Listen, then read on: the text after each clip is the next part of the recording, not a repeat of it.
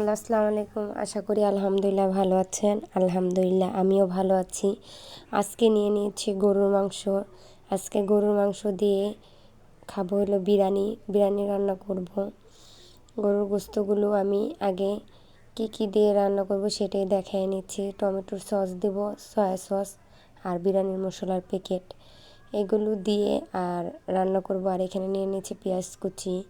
এখন আমাদের বিরিয়ানি রাঁধতে অনেক সুবিধা হয় যেহেতু প্যাকেটের মশলা আছে, তার জন্য এই যে এগুলো গুছিয়ে রেখে এসে এখানে কাপড় চোপড়গুলো নিয়ে নিচ্ছি। বাস করতে হবে, এগুলো ধুয়েছিলাম গতকালকে। তো কাপড় চোপড় ধুই নেই, কিন্তু গতকালকে আগের দিন ধুয়েছিলাম আর আজকে কাপড় চোপড় ধুচ্ছি। এই যে এখানে বিছানার চাদরগুলো পাল্টিয়ে নিয়েছি। আর ঘর দর এমনি মোটামুটি গুছানোই আছে, শুধু ঘরটা ঝাড়ু দেবো। আর এই যে এখানে আমাদের বাচ্চারা পড়তে বসছে। আর ওরা শুক্রবার যেহেতু সামনে পরীক্ষা, তার জন্য বললাম যে এটা একটু পড়ো। তো আর খালামণি পড়াচ্ছে একসাথে, যেহেতু শুক্রবার এই জন্য একসাথেই পড়াচ্ছে। এই যে বাইরে কত সুন্দর রৌদ্র উঠেছে দেখছেন। এই যে বাইরে অনেক সুন্দর রৌদ্র উঠেছে। আর এই যে উনি আসছিলো, উনি আমাদের জেঠি হয়, আসছিল পাশের বাড়িতে। তো আমার সাথে একটু কথা বললো। এই যে এখন ঘরে ঢুকলাম, বাচ্চারা পড়তেছে। এই যে কীভাবে যে দুষ্টামি করে, মানে কাছে না থাকলে দুষ্টামি করে। এই যে আমাদের মুজাহিদ ইংলিশ পড়তেছে। সবাই দোয়া করেন জানি আমার বাচ্চাটা পড়াশোনা ভালো হয় আর ওর জানি মনোযোগ থাকে পড়াশোনার ভিতরে, আর পরীক্ষাও জানি ভালো রেজাল্ট করতে পারে।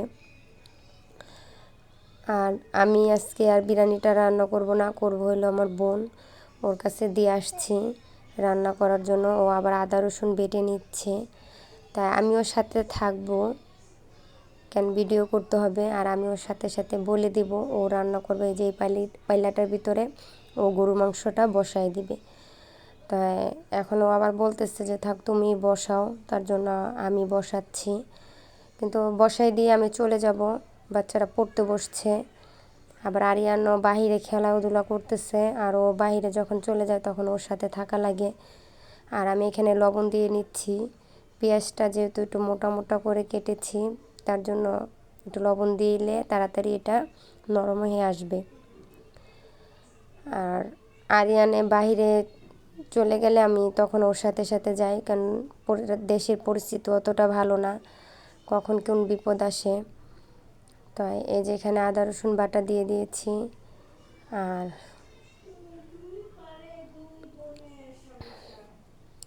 সব উপকরণ দিয়ে দিলাম। এখন সয়া সস দিয়ে সব উপকরণ বলতে শুধু এখানে মরিচের গুঁড়া দিয়েছি, আর এখন আমি সয়া সস আর টমেটোর সস দিয়ে দিচ্ছি। কিছুক্ষণ পরে বলক আসলে তারপরে আমি বিরিয়ানি মশলার প্যাকেটটা দিব।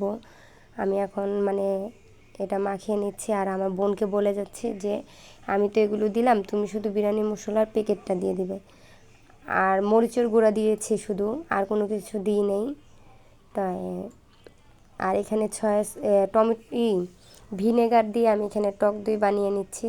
দেখেন ঘরোয়াভাবে কত সুন্দর একটা টক দই হয়ে গেছে। বেশি বানাই নেই, অল্পই বানিয়েছি। গুঁড়া দুধ দিয়ে বানিয়েছি টক দইটা। আর আমার রান্না বান্না করতে অনেক ভালো লাগে, রান্না বান্না আমার অনেক পছন্দ।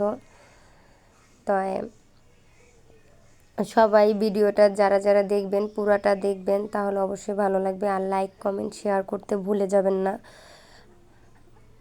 যে এখনও কিন্তু বিরিয়ানির মশলার প্যাকেটটা দেওয়া হয়নি, তারপরও দেখেন কত সুন্দর একটা কালার আসছে।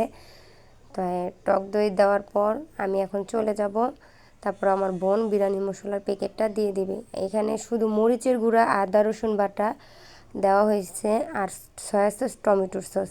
এখন বিরিয়ানির মশলার প্যাকেটটা দিয়েছে আমার বোন, পুরাটা দেয় নাই, অর্ধেকটা দিয়েছে। আর ভয়েসটা আমি পরে দিচ্ছি, একটু একটু হয়তো ভুল হতেই পারে সেটা। এই যে গোস্তটা কষানোর জন্য এখন ঢেকে দিবে, আর বাকি অংশটুক আপনারা দেখবেন বিরিয়ানি রান্নার সময়। এই যে এখানে পোলাওর চালও ভেজে নিচ্ছি, আর গোস্তটা হয়ে গেছে তখন আর ভিডিওটা চালু করি নেই। আর আমি বারে বারে এসে অনেকক্ষণ লাগে এই গোস্তটা করেছি। আর যেহেতু বললামই আমি বাচ্চাদের পড়াচ্ছি, আমার বোন রান্না করতেছে, তাই আমাকে ডাক দেওয়ার কথা মনে ছিল না ওর। এই যে এখন আসছি, পোলাওর চাল ভাজতেছে আর ওই টাইমে আসছি, তাই এখানে পানি দিয়ে দিলাম পরিমাণ মতন, বেশি পানি দিব না। এই যে রান্নার পর সুন্দর করে প্লেটে সাজিয়ে নিয়েছি খাওয়ার জন্য। আমার ছেলে এইভাবে খেতে চাচ্ছে আবারও, তার জন্য আমরা সবাই এইভাবে নিয়ে খাওয়া দাওয়া করতেছি, সাথে আমিও খাচ্ছি। যেহেতু বাচ্চারা চাচ্ছে আর বাচ্চারা যেভাবে খেয়ে শান্তি পায়। আর আরিয়ান ঘুমিয়ে গেছে, ওইবার খেতে পারি নাই। মুরগির রোস্ট করছিলাম যে আরিয়ানে বিরক্ত করতেছিল, কিন্তু আজকে আল্লাহর রহমতে